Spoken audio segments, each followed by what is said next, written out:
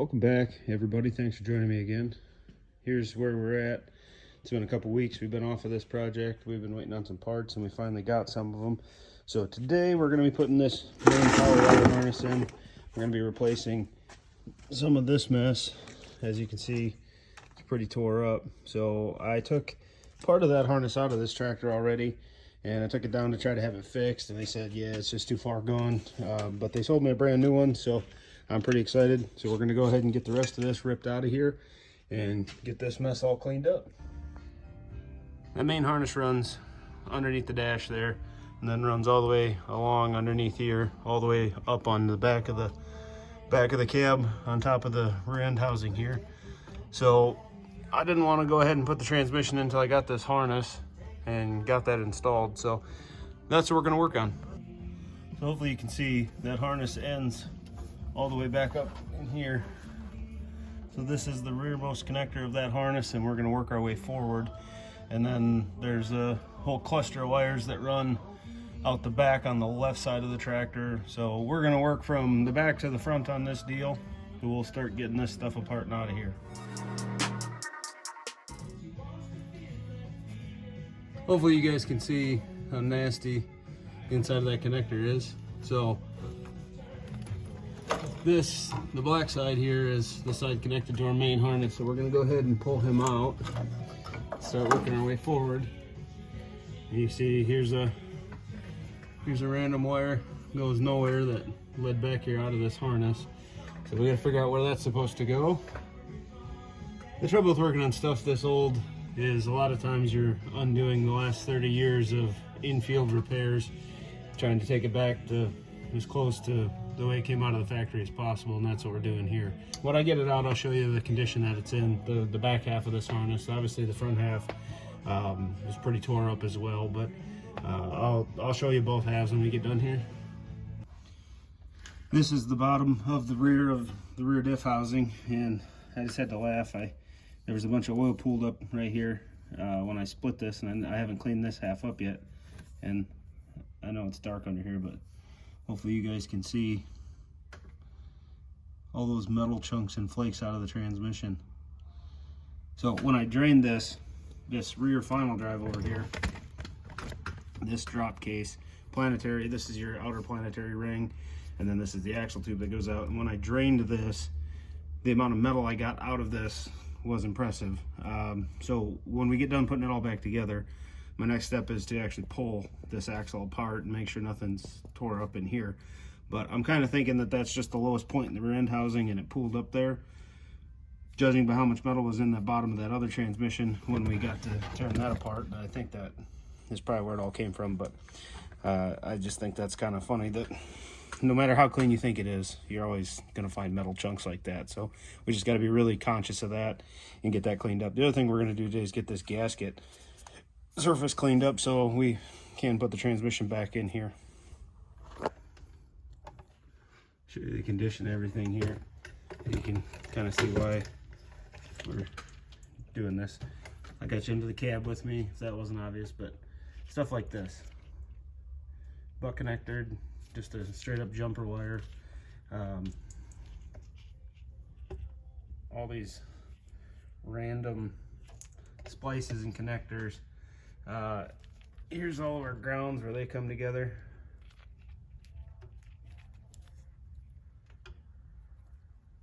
Hopefully you can make that out. And then obviously this would be the back of our front half power unit. So this would be our speed trans. So we do need to get this gasket cleaned up as well. I got all new gaskets to go in here when I stick this back together. But kind of an interesting look from the inside underneath one of these things. Well, given where we're working, I can't really show you what I'm about to do, but all of these connectors that were not getting replaced with the new harness, I'm going to go ahead and clean up with some contact cleaner. So I'll spray the contacts down. I'm using a Loctite product.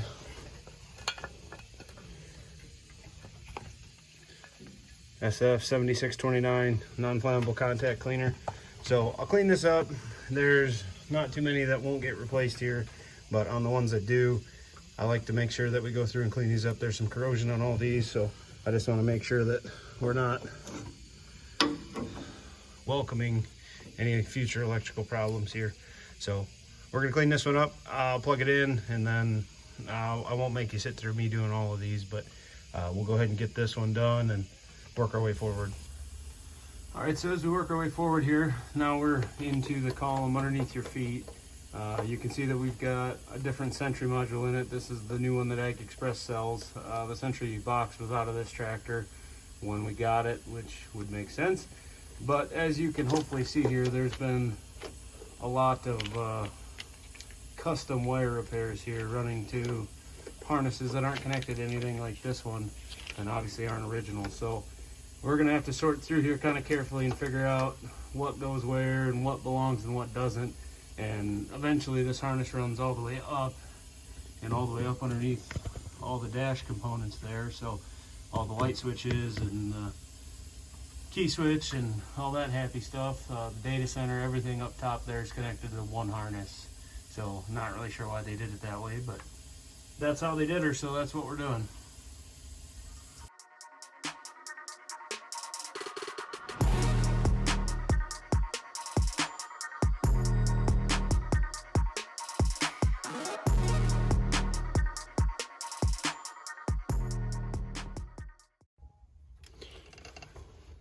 It's this kind of shit that I'm talking about.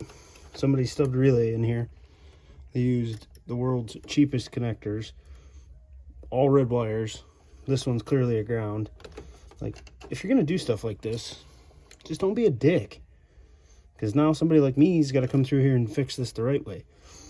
And this, if you're gonna stub into another harness, like, would a connector kill you? So it's at least serviceable. I understand this was probably a field repair somebody did, but at least this one's fused. I mean, extra points for that. You know, fuses are good, but we have a lot of this kind of stuff with fuses just plugged into random burnt wires, butt connectors with other fuses plugged into random burnt wires. So just a bit of advice: if you're going to do it, take the extra 5 minutes and at least try to use some semblance of a system, because chances are, if you're fixing it this time, you might be the guy fixing it next time, or somebody else like me is going to have to do it, and stuff like this really pisses me off.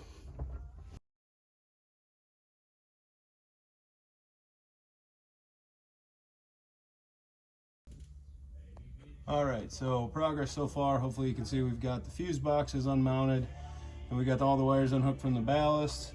We're working on the front of the cab now, where the wires actually come through, run up to like the neutral safety switch and everything. So they run through this grommet and they come up here. So we need to unhook from this power solenoid and then fish these wires down and through.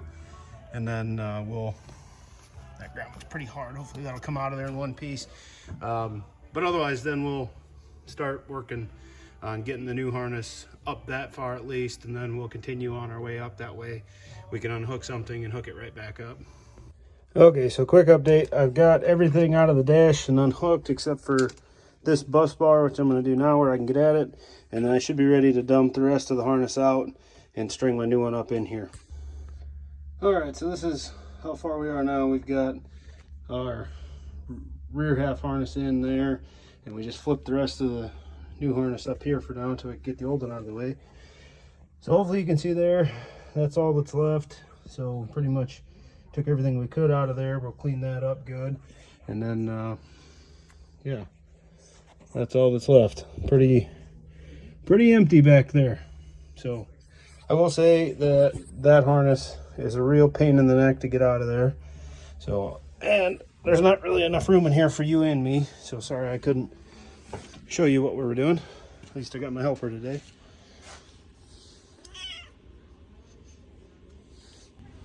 So there's the old harness. Here's the kind of stuff I'm talking about. Overcrimp butt connector spliced in here. Doesn't make any sense.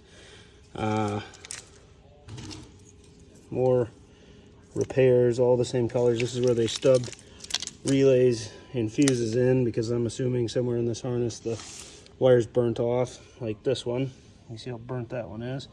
And then when I was pulling this out, I noticed right at the back of this fuse box, this wire was broke off, and instead of just pulling the fuse boxes out and fixing it, they, I assume, stubbed in somewhere else. So we've got lots of repairs.